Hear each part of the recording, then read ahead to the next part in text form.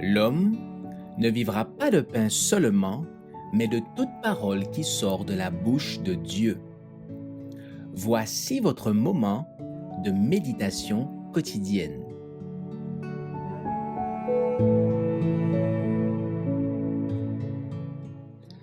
Vivre dans la lumière, le 8 avril.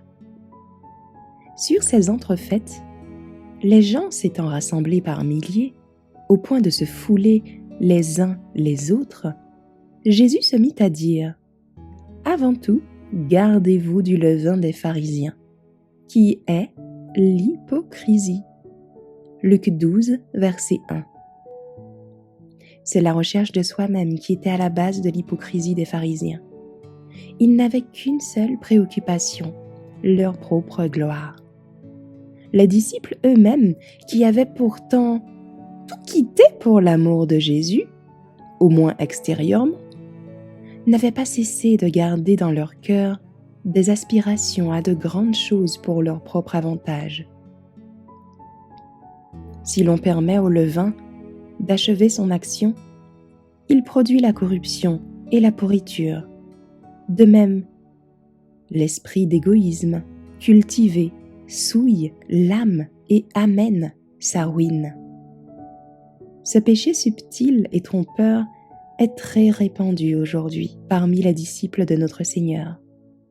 Souvent, le service que nous offrons au Christ est gâté par le secret désir de glorifier le moi. Seule la puissance de Dieu peut bannir la recherche de soi-même et l'hypocrisie. Au moment où Judas se joignait aux disciples, la beauté du caractère du Christ ne le laissait pas insensible. Il subissait l'influence de cette puissance divine attirant les âmes.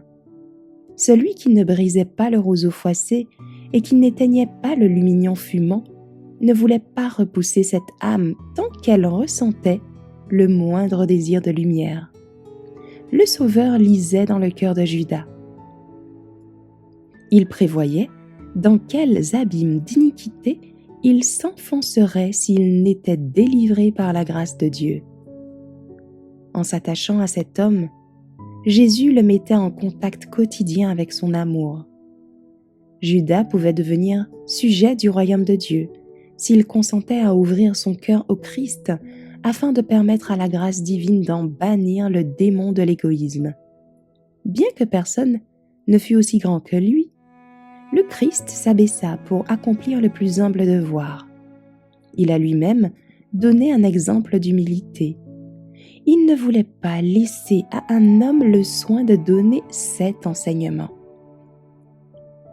Il y attachait une si grande importance que lui-même, l'égal de Dieu, voulut jouer le rôle de serviteur auprès de ses disciples, alors qu'eux se disputaient la première place, lui devant qui tout genou fléchira, et que les anges glorieux s'estiment heureux de pouvoir servir.